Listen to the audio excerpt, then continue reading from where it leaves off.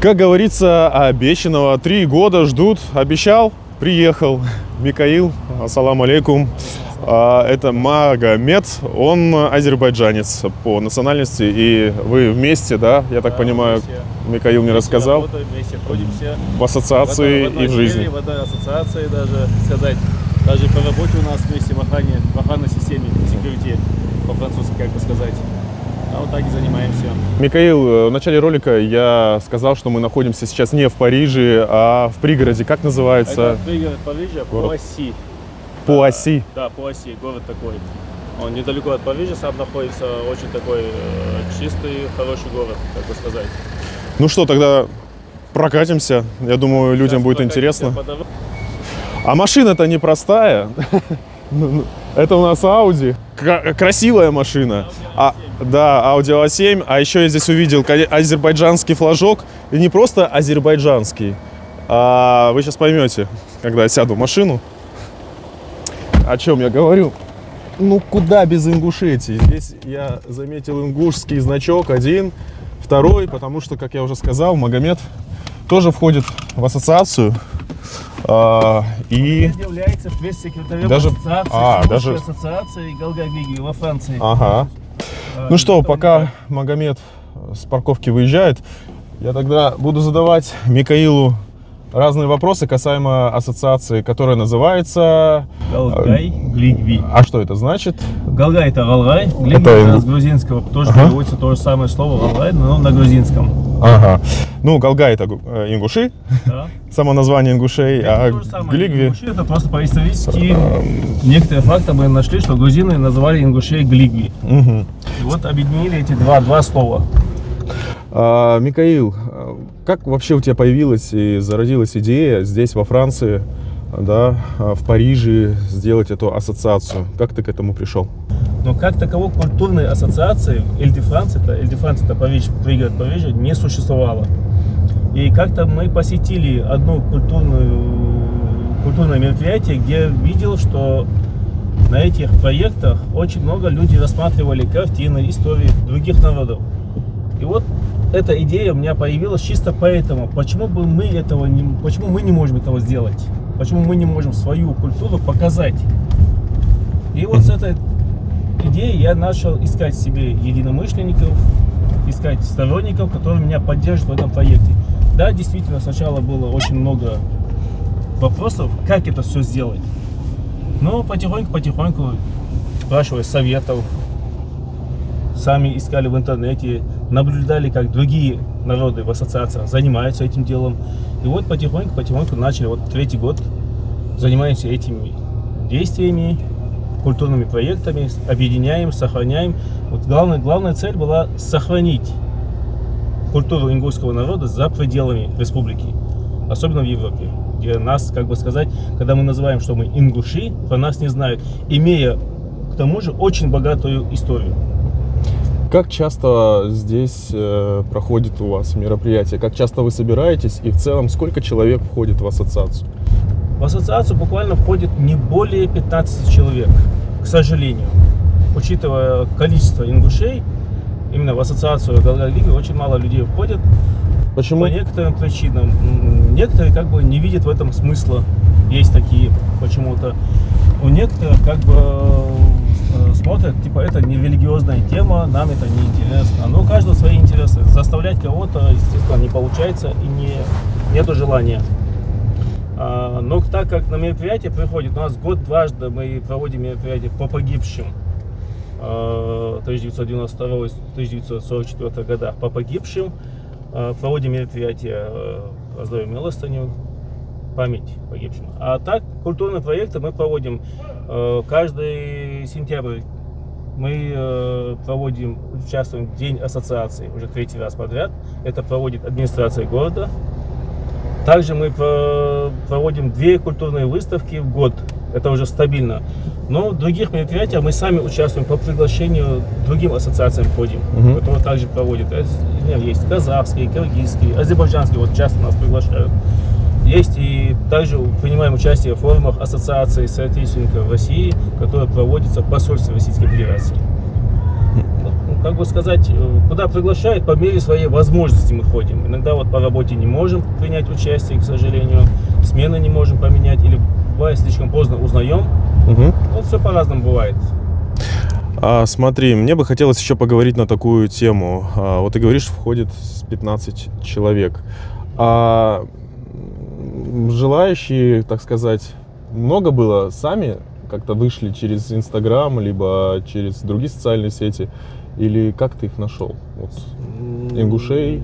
Те, которые состоят в ассоциации, да? И не только ингушей, вот Магомед же азербайджанец. Магомед азербайджанец. Когда вот зародилась идея создания культурной ассоциации, вот у нас проблема была в том, что сначала говорят одно, потом по слухам, по духам, по каким-то уступкам люди не продолжают свою деятельность, а кого-то там боятся обидеть или кого-то там задеть, меняют свои функции. И поэтому многие люди как бы говорят, мы начинаем говорить одно, а потом в итоге получается совсем другое.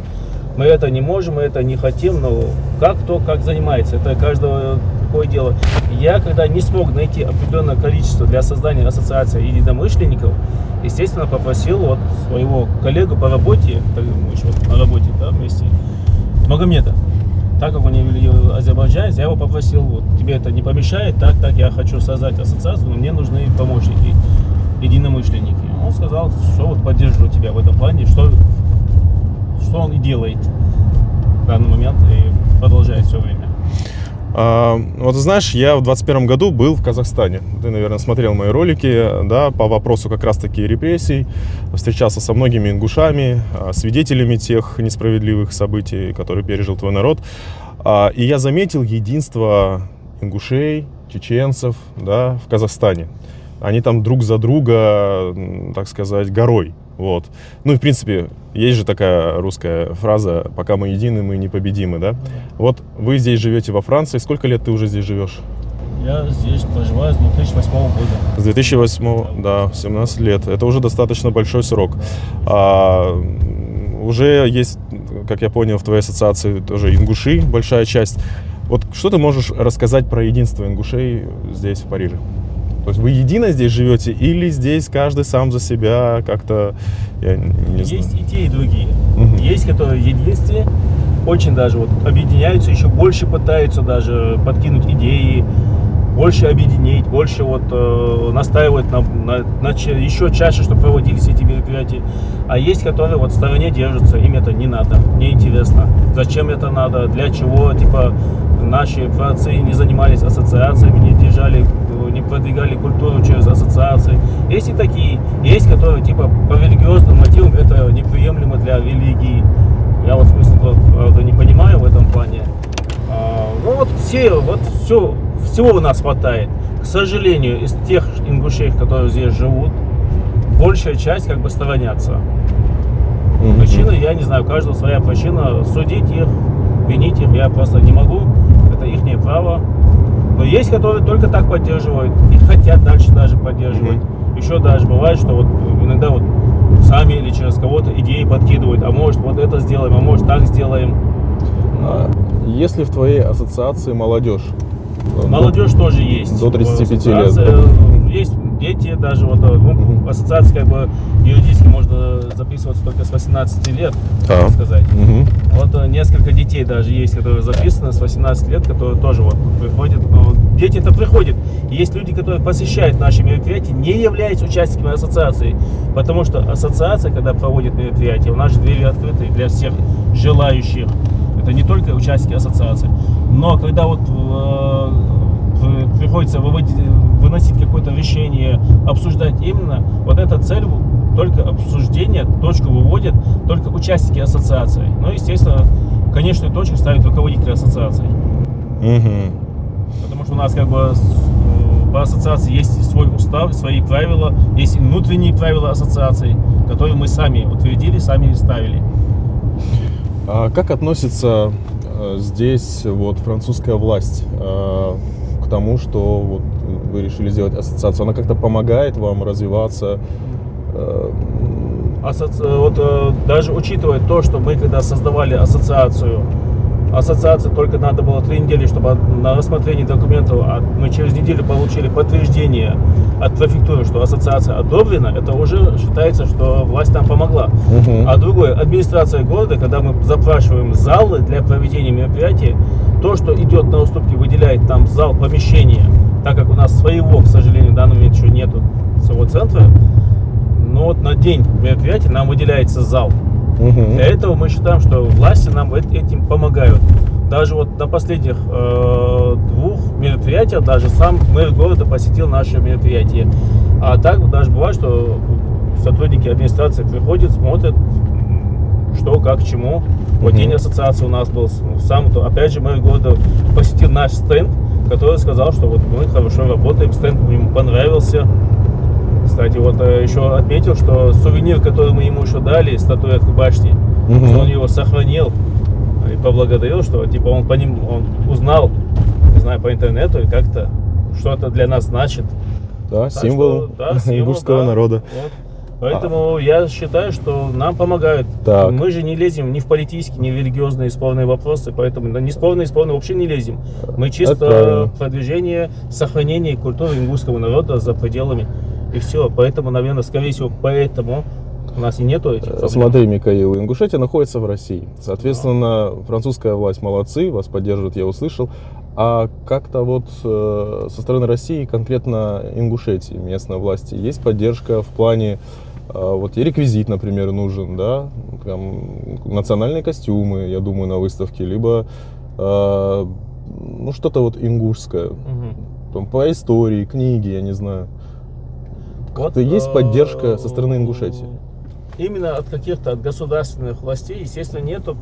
Дело в том, что мы только отправили официальное письмо Министерству культуры на имя министра культуры Льяновой Залины. Мы отправили, это письмо было отправлено 8 мая, и мы получили, по-моему, где-то в июле официальный ответ, что они получили письмо.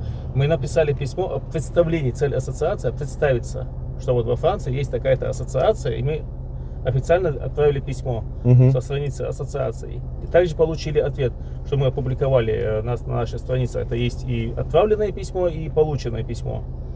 Вот, пока в данный момент мы сами официально помощи еще не попросили. Так сказать, есть ассоциация ФИАРа, она занимается восстановлением костюмов, курхасов. Вот они нам, например, прислали книги, которые связаны с Ингушетией, да, целый там багаж был, ящик был, штук 20 книг они нам прислали разных направлений. Так, с Ингушетией, естественно, официально мы не получали, да, несколько картин получили. Одна художница нам прислала 10 картин, сама нарисовала. Есть художница из Москвы, Эльмира Куштова, которая от себя подарок прислала для ассоциации. Картины тоже, несколько картин прислала, которые, кстати, мы их выставляем.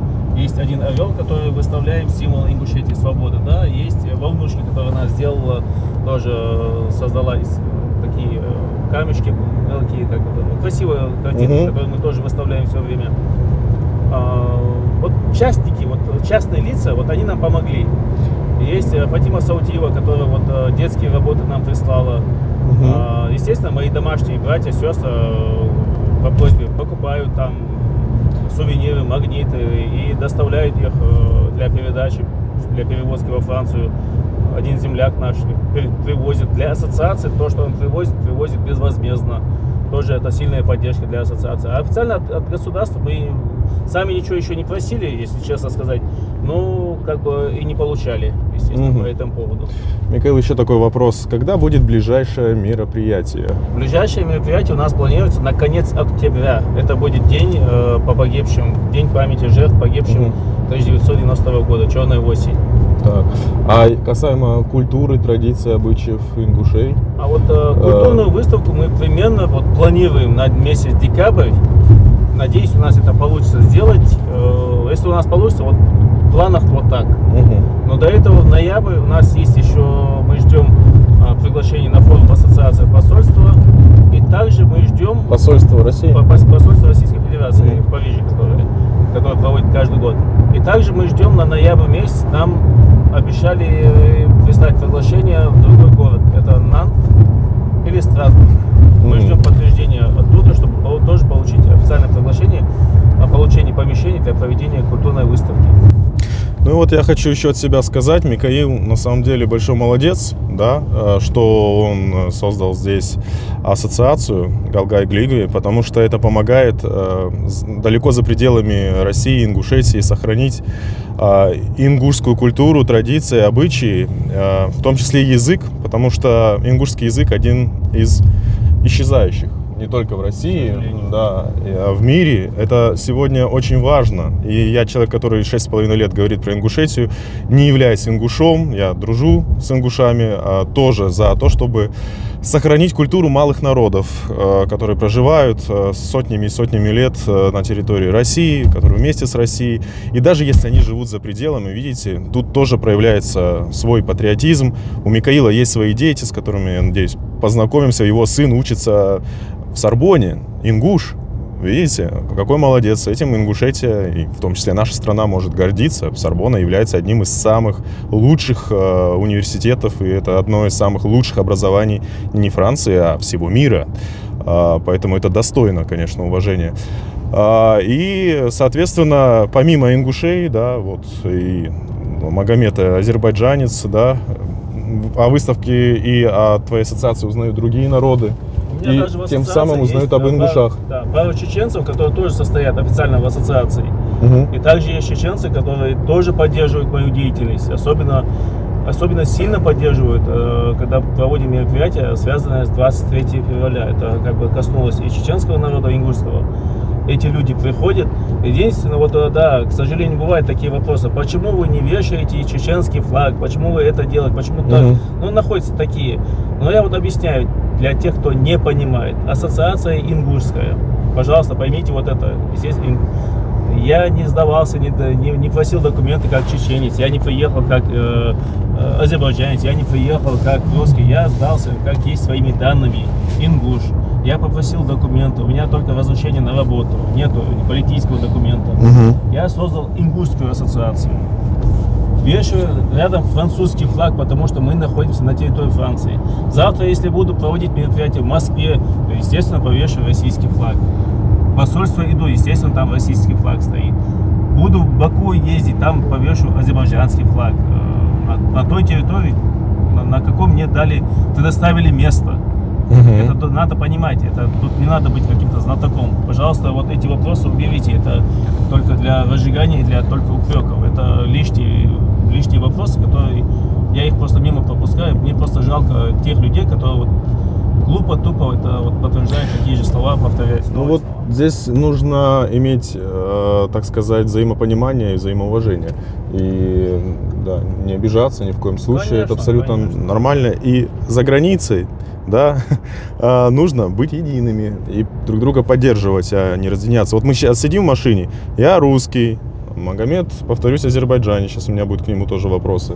Вот два ингуша, а мы говорим с вами на одном русском языке. Нас русский язык, на понятном языке, да, объединяет. То есть мы обмениваемся мнениями, да, культурой, новостями. Это очень здорово, мы же не спорим. Сейчас бы, если Магомед говорил на азербайджанском, я на русском, вы на ингушском, ну разве бы у нас получился диалог? Я думаю, что нет. Вот. Теперь у меня вопросы к Магомеду, который у нас за рулем. Магомед, смотри, ты не ингуш. Расскажи так вкратце, как ты познакомился с Михаилом и в целом, как тебе пришла идея и как ты попал в ассоциацию Галгай-Глигви. Ну, с Михаилом я познакомился. Около примерно 15 лет назад. На тот момент я работал в торговом центре, в той местности, где живет Михаил.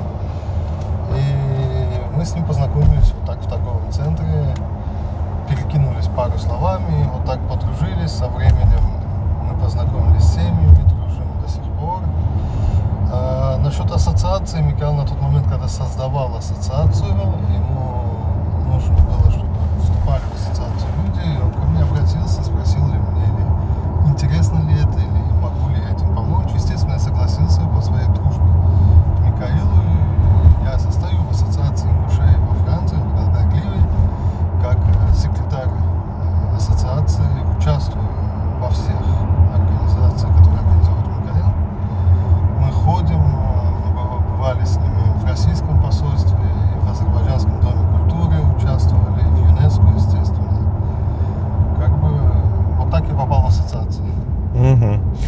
ну, получается, что укрепляешь тем самым дружбу народов между азербайджанской, здесь же диаспорой, да, и ингушской.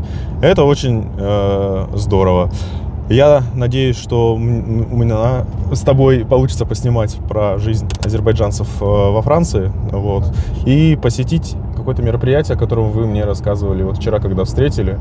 Намечается 18 числа этого месяца, будет проводиться в ЮНЕСКО. А я еще я хочу подчеркнуть, что как раз-таки про символ Ингушетии, это ингушские башенные комплексы, они находятся под охраной ЮНЕСКО.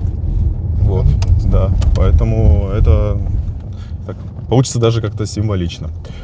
Ну что, у нас на часах уже время к обеду, да, идет. Микаил, который вчера меня с Магомедом встретили в аэропорту Орли, пригласил на обед к себе домой. И это очень хорошо, чисто по-ингушски, ингушский чай, а не какой-нибудь там французский ресторан. Мы едем сейчас к нему, и дальше мы вам расскажем вместе, как живут ингуши здесь, во Франции, а точнее в пригороде Парижа. Так что вы никуда не уходите, подписывайтесь и нажимайте на колокольчик, чтобы не пропускать продолжение, потому что будет много выпусков. И поддержите лайком. На французском сова, как дела, да? Сова, это общее, как дела, да? Как дела? А хамди, это то же самое, как оно? Колхоз дело добровольное, не будем. Тут никакого колхоза, все хорошо. Домашняя тема. Знаешь, я как будто себя в Ингушетии все равно чувствую. Только у ингушей можно прийти с подарками, да, вкусно поесть и подарки еще получить. Михаил вместе со своей семьей сделал такой вот презент каждому из нас. Тебе большое спасибо еще раз, Баркал. Душевно посидели, душевно поговорили, но некоторые моменты нельзя для публичного, так сказать. Да. Ну, мы ничего секретного. Но у нас ничего нет, мы не спорим, не ругаемся насчет политики, не призываем к политическим действиям. Мы просто тихо сидим спокойно, за столом, за чаем, как говорится, обсуждаем только культурные действия, культурные проекты. Ну давай уж греха мы не будем тут делать и таить. Мы говорили про жизнь ингушей в России, в Ингушетии. Я рассказывал про то, как живут. Ну это само собой, без этого никуда не деться. Интересуется Михаил, как, чего там. Есть проблемы, есть свои плюсы и минусы, как в принципе. Да, есть. К сожалению, есть у нас тоже эти плюсы и минусы. Основная проблема у нас вот именно вот в ассоциации, то, что нет стабильной поддержки, стабильной работы, чтобы проводить наши действия, наши мероприятия. В которых у нас, как бы сказать, в планах очень большие проекты. Но надеемся, хотя бы часть из них, что у нас получится. Получается, все, что ты делаешь на свои финансовые возможности, по своим возможностям. Можно сказать, 90% да, это мои действия, помощь моей семьи и моих близких друзей. Это, к сожалению, очень мало. По сравнению с тем, что сколько хотел бы получить, но мало. Но единственное, что успокаивает, те, которые есть, мало, но они как бы у меня железные. Вот это меня радует. Знаешь, есть такая русская пословица: лучше синица в руках, чем большой журавль в небе. Да. И тише едешь, дальше будешь, и обязательно все будет у тебя, дай бог. А мы чем можем, тем поможем. Я думаю, нас посмотрят многие. Ты знаешь, что я сейчас обратил внимание? У тебя там позади клетка, ну точнее переноска, у тебя животное есть? Котик, да, есть. Унесли кота? Да, спрятали. Потому что мешает вам за столом катать. Все, еще раз тебе спасибо. И на этой доброй гостеприимной ноте я хотел бы завершить эту часть выпуска. Если честно, я не ожидал, мне очень приятно. И я благодарен тебе за то, что ты меня здесь встретил, за гостеприимство еще раз, за большое внимание. И, как сказал Михаил, мы здесь вот вместе, мы за дружбу народов, вот, за столом. Я как русский здесь сидел, да, два ингуша, и Магомед азербайджанец, хотя имеет уже французское гражданство, да, и ты француз, месье. Вот, да, и мы вот говорили все на русском языке, он нас объединил. Дружба, да, не жвачка. Правда, тут вместо жвачки Франция. Вот. Спасибо еще раз. Бакал. Да, Вот. не Дай бог на здоровье. здоровья тебе, твоей семье, пусть все здесь сложится. Да. Ну а вы не забывайте подписаться на мой канал, поддержать лайком, нажать на колокольчик, чтобы не пропускать мои следующие выпуски, потому что это только начало. Я с вами не прощаюсь, меня по-прежнему зовут Артем, увидимся в следующем выпуске. Пока.